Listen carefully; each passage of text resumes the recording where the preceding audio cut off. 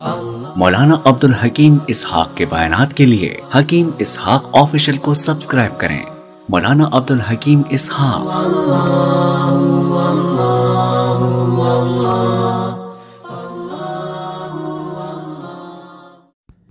حضرت علی رضی اللہ تعالیٰ عنہ سردیوں میں باریک کپڑا پہنتے تھے، گرمیوں میں موٹا کپڑا پہنتے تھے۔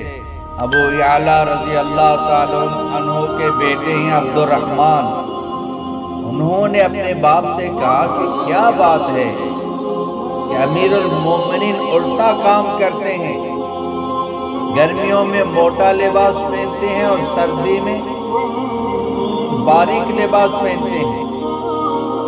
تو انہوں نے کہا کہ میں پوچھتا ہوں، پوچھ کر بتاتا ہوں۔ ابو یعلا رضی اللہ تعالیٰ عنہ نے حضرت علی رضی اللہ تعالیٰ عنہ سے پوچھا کہ لوگ پوچھ رہے ہیں کہ یہ آپ کیا کرتے ہیں، الٹا کام کرتے ہیں؟ تو فرمایا کیا تم خیبر میں میرے ساتھ تھے؟ کہا جی ہاں۔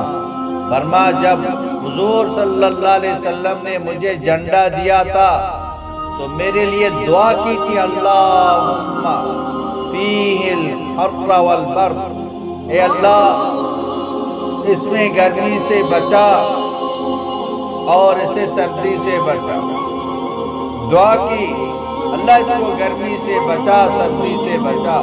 وہ دن اور آج کا دن نہ مجھے گرمی لگتی ہے نہ مجھے سردی لگتی ہے۔ اللہ جس کے چاہے دور کر دے اور اس کو اس کی ضرورت نہ ہو کہ وہ موٹا کوٹ پہنے اور اس کی ضرورت نہیں ہے کہ باریک کپڑا پہنے۔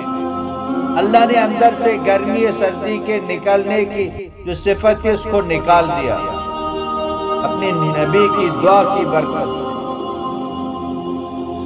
ایسی قربانیاں دی تھی صحابہ کرام نے، اللہ پاک کے ساتھ ایسا تعلق تھا۔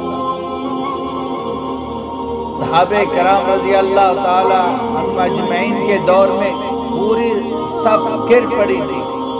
نماز میں آپ صلی اللہ علیہ وسلم نے سلام پھیرا تو اصحاب صفہ گھرے پڑے تھے، کھڑے ہی نہیں ہو سکتے تھے، حالانکہ ایسے طاقتور لوگ تھے کہ 5-6 شیر کا لوہا اٹھا کر سارا دن لڑتے تھے، 8 شیر لوہا پہنا کرتے تھے، 6 شیر تلوار ہوتی تھی۔ اتنی بھوک آئی کہ سب کے سب نماز میں گر گئے۔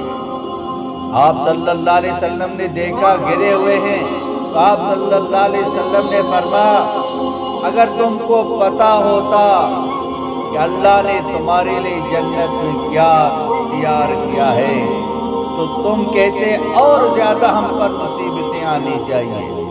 یہ اللہ کا نظام ہے۔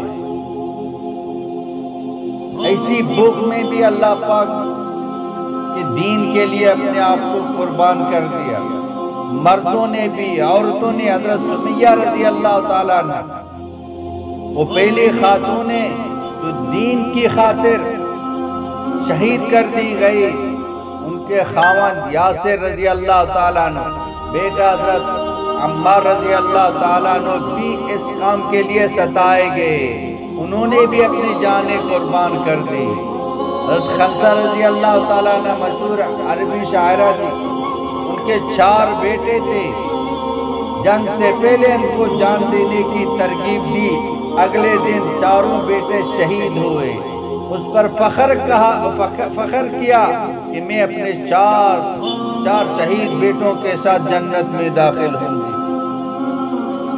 حضرت زنیرہ رضی اللہ تعالیٰ عنہ کی آنکھ اللہ کے راستے میں ضائع ہوئی۔ ایک صحابیہ عورت اپنے چھوٹے بیٹے کو نبی پاک صلی اللہ علیہ وسلم کی خدمت میں لایا، عرض کیا یا رسول اللہ صلی اللہ علیہ وسلم اس کو جہاد میں لے جائیں۔ آپ صلی اللہ علیہ وسلم نے فرمایا اس کا ہم کیا کریں گے؟ اس عورت نے عرض کیا کسی مجاہد کے ہاتھ میں دے دینا تاکہ وہ تلوار کا حملہ میرے اس بیٹے کے جسم پر روکے۔ ایسی قربانیاں